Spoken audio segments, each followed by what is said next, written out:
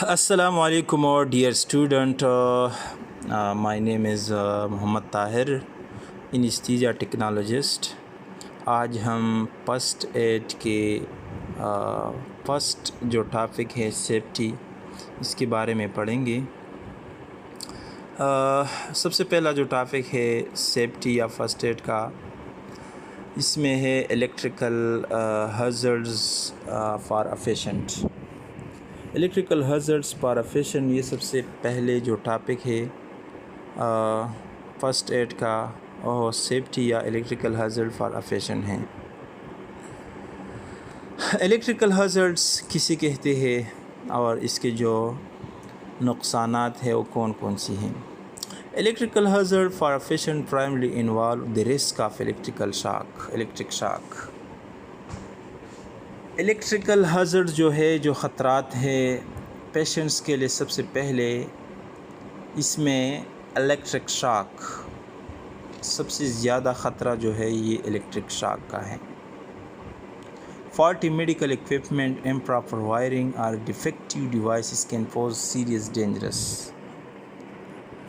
جب بھی کوئی میڈیکل اکوپمنٹ میں کوئی مسئلہ ہو یا کوئی امپراپر وائرنگ ہوا، مطلب کوئی تار وغیرہ اسی طرح مطلب صحیح جگہ پر نہیں فٹ ہو، یا صحیح جگہ پر اس کا جو پراپر جگہ ہے اس پر نہیں لگا ہو، تو یہ کاز کر سکتی ہے، مطلب الیکٹرک شاک کاز کر سکتی ہے، اسی طرح ہمارے لیے نقصان دہ ہوتی ہیں۔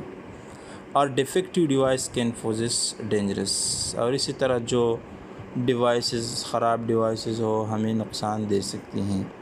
It's crucial for health care facilities to adhere to safety standard and regularly inspect equipment to mitigate such risk۔ یہ ہیلتھ کیئر فیسلٹیز مطلب جو بھی ہیلتھ کیئر فیسلٹیز ہو، اس کے لیے بھی نقصان دہ ہے۔ اس کے لیے بھی یہ جو ایکوپمنٹس ہے جو ہم ریگولرلی اس کو استعمال کرتے ہیں، تو ہیلتھ کیئر جو مطلب سٹاف والے ہوں، اس کو یہ ریگولر دیکھنا چاہیے اس ایکوپمنٹس کو، اور اس کا خیال رکھنا چاہیے تاکہ ہمیں کوئی خطرہ وغیرہ نہ ہو۔ Electrical current and body muscles, when electrical current passes through the body, it primarily affects the nerves and muscular system. Here more detailed breakdown۔ جب بھی کوئی الیکٹریکل کرنٹ ہمارے جسم میں انٹر ہوتی ہے، ہمارے جسم سے پاس ہوتی ہے، تو یہ سب سے پہلے ہمارے نرو سسٹم کو افیکٹ کرتی ہے، اور اس کے ساتھ ساتھ جو ہمارے مسکولر سسٹم ہیں اس کو بھی افیکٹ کر سکتی ہیں۔ اس کے ڈیٹیل جو ہے یہ نیچے ڈیٹیل دی ہوئی ہے۔ سب سے پہلے اس میں انوالنٹری مسل کنٹریکشن آتی ہے، جو ہمارے جسم میں دو قسم کے مسلس ہے، ایک والنٹری مسل ہے، یہ ایک انوالنٹری مسل ہے۔ تو یہ انوالنٹری مسل کے لیے low level of electrical current can cause involuntary مسل کنٹریکشن۔ جب لو لیول کی کرنٹ ہمارے جسم میں ٹرانسفر ہو جائے تو یہ انوالنٹری مسل کو کنٹریکٹ کرتی ہیں۔ This is because nerves use electrical signal to stimulate muscle. یہ اس لیے کہ نروز جو ہے، جو ہمارے جسم میں یہ الیکٹریکل سگنل یہ اسٹیمولیٹ کرتی ہے ہمارے مسلس کو، اس لیے کہ نروز جو ہے، یہ جو کنڈکشن سسٹم ہے ہمارے جسم کا، نروز الیکٹریکل سگنل مطلب اس سگنل پاس کرتی ہے تو ہماری مسل اسٹیمولیٹ ہوتی ہیں، تو اسی وجہ سے ہمارے مسلس کو نقصان ہو سکتی ہے۔ ان external electrical current can interfere with this process, اور اسی طرح جو ایکسٹرنل کرنٹ باہر سے ہمارے جسم میں کوئی کرنٹ لگ جائے تو can interfere with this process, اس پروسیس کو انٹرفیئر کر سکتی ہیں۔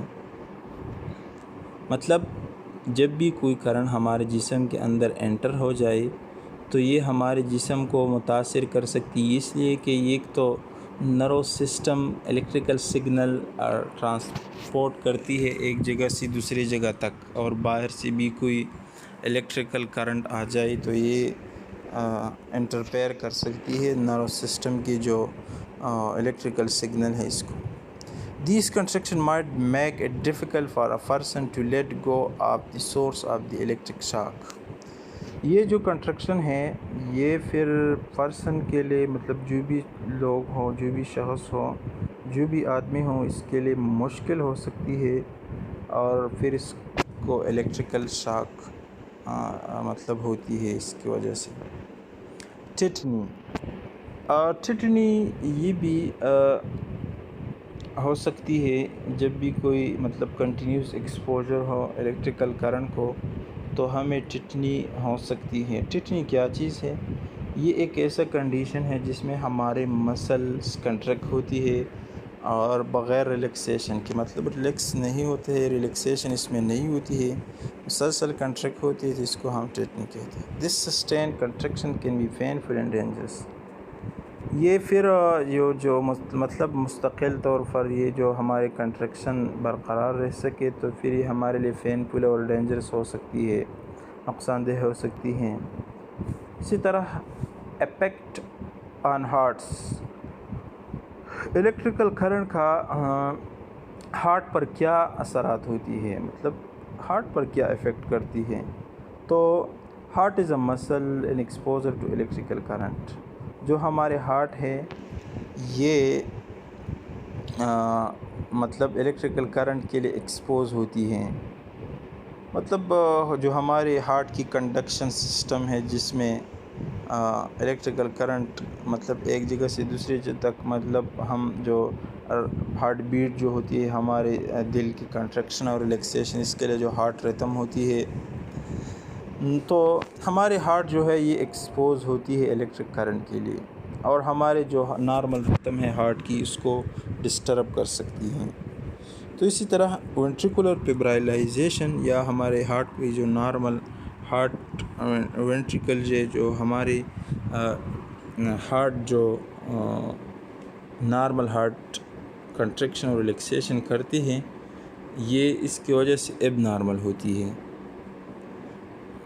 And in effective heart beat, اور پھر ہمارے ہارٹ صحیح طور سے یا صحیح طریقے سے ہارٹ بیٹ پھر نہیں کر سکتی، نہ ریلیکسیشن صحیح کر سکتی ہے اور نہ کنٹریکشن صحیح طریقے سے کر سکتے ہیں.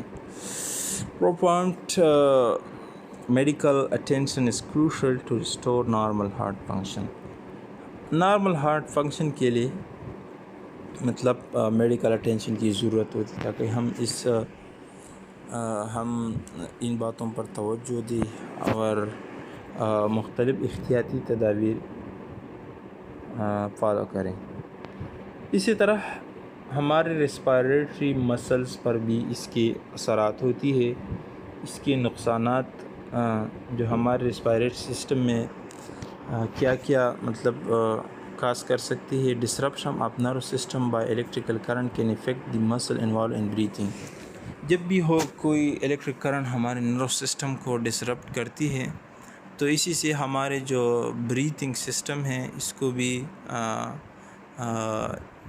ڈسٹرب کرتی ہے، اس کو بھی مطلب افیکٹ کرتی ہے، اس لیے کہ ہمارے بریتھنگ جو سسٹم ہے یہ کنیکٹڈ ہے نروس سسٹم کے ساتھ. This can lead to respiratory distress اور ایون ریسپائریٹری فیلئر. اسی سے ہمارے جو لنگز ہے یہ کولیپس بھی ہو سکتی ہیں اور ریسپائریٹری فیلئر بھی کاز ہو سکتی ہے اس کے وجہ سے. اس کے بعد یہ تھے ہمارے جو ٹاپک تھے الیکٹرک کرنٹ، اس کی جو ہیزرڈس ہے، باقی انشاءاللہ کل پڑھیں گے. اب تک کے لیے اتنا کافی.